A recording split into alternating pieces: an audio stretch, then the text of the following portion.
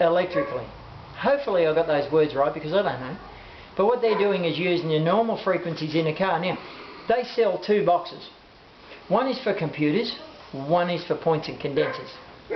Apparently, the ones for points and condensers, for cars, you can't put them onto a computer car. You can't interchange them. And ones for computer cars, you go and take them off there and put them back to points and condenser car. And those rust oxidisation things are for removing the rust on your vehicles. Your no oxidisation on your bumper bars, your aluminium, your wheels, your foaming car, and so on like that. You understand what they are? Rust removers. Okay, so that's a frequency that they're driving into there to remove that, but it keeps your car going. That rust oxidiser wouldn't be much good for you if it was stopping your car, would it? Because you'd have a car now, well, it wouldn't rust, but wouldn't go. So, and they've used a different frequency for doing that as well. There's a whole lot of information within this. Alright, so the thing is, what I found is the DC magnetos actually made motors run without all the rest of the gear. Then they come up into a magneto they call today, but that magneto can also have points, condensers, can have a spark what bites you. See, the original DC magneto didn't kick, flatline. Your other ones now got to be converted because that kind of spark what bites you don't run cars. And you say, well, I grab a spark plug lead and everything else off a coil in the car and it bites me. I want a few of you guys out there if you want to try it. I've just shown a few people here and they got bitten for a long time at first. But there are ways to grab hold of that spark at the end of any spark plug lead and not get bit. Same spark and not get bit. Okay? You got any idea how many people are going to be booted all over the countryside, Joe, experimenting with this? Well, I love that. I had laughs at that, doing that with these people, but and then Joe does it without getting booted. Right, I just grab it and I don't get booted. Yeah. I'll tell you how it's done. I'll let you think about it for a minute, but I want you to play. Get booted a few times if you like. But the closer you get, the place you think, I'm not going. Righto. So is it your right hand or left hand, Joe? Won't make any difference. Won't make any difference? The closer you get to that lead and make the spark jump.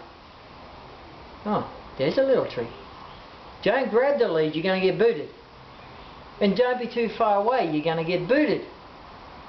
Jerry's a happy little closing, like to set us, you know, the spark plug and your points. Jerry's a point. That spark can go to you and will not bite you, which means it's not what you might call an AC. It's not AC anyway. AC, able to kick, able to kill. Ouch! Right? DC, don't kick, don't kill.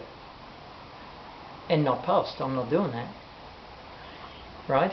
But there's also, every action there's an opposite and equal. You can have something which is jumping and it's still flatline. They don't know about that too well yet. That won't bite. And that's what you can find at any spark plug lead. Okay? Any coil, anything else that you won't get bitten. Now, what I found is that you have a starter motor, and a starter motor is a generator. A generator outputs electricity, and a starter motor you throw electricity at. And a generator puts out not alternating current, because that would be called an alternator. And a generator is the electricity coming out of a generator, the way they do it with the brushes and shafts and everything else, also has to be regulated for what? Well, it has to be regulated for your lights. Has it got to be regulated for the wipers? Okay, keep going. It's got a regular. It's all of those, all of the above. All of them, but does it? What kind? The lights are a fusible link, aren't they? As such. Oh, you're telling and now you're asking. Well, am I? Don't profess if you're going to ask the question after. All right. Gee. I know when to shut up. Sorry. Go ahead. Okay. So, does a generator actually put out a DC generation of field. So if you grabbed a generator, do you get kicked like maybe an alternator? Okay, well, a generator has to be regulated, but will a generator of any frequency at all actually, because see, your spark out of your coil and everything else has to be taken back to DC flatline. That's what happens before your engine will fire, because AC won't fire it. Okay? It has to be equalised. That's why when you're seeing on the spark coming out to your spark plugs on the Commodore and any other car, if you want to check it, it's not positive or negative, because it goes to both the positive and the negative. It's attracted to on your battery. So it has to be something else. Okay? So what I found in the Suzuki, and we're back to that and everything else, is your starter motor is a generator, and a generator is a starter motor. So they've got machines out there that you use for starting, and then you press a button and then they generate electricity. So they'll do both, and it's the same device, same little. Okay. So what I've done is I didn't pull the starter motor out. I didn't alter the starter motor. I didn't do anything else. I changed a fractional field going to the starter motor. Am I going too far now? No, it's...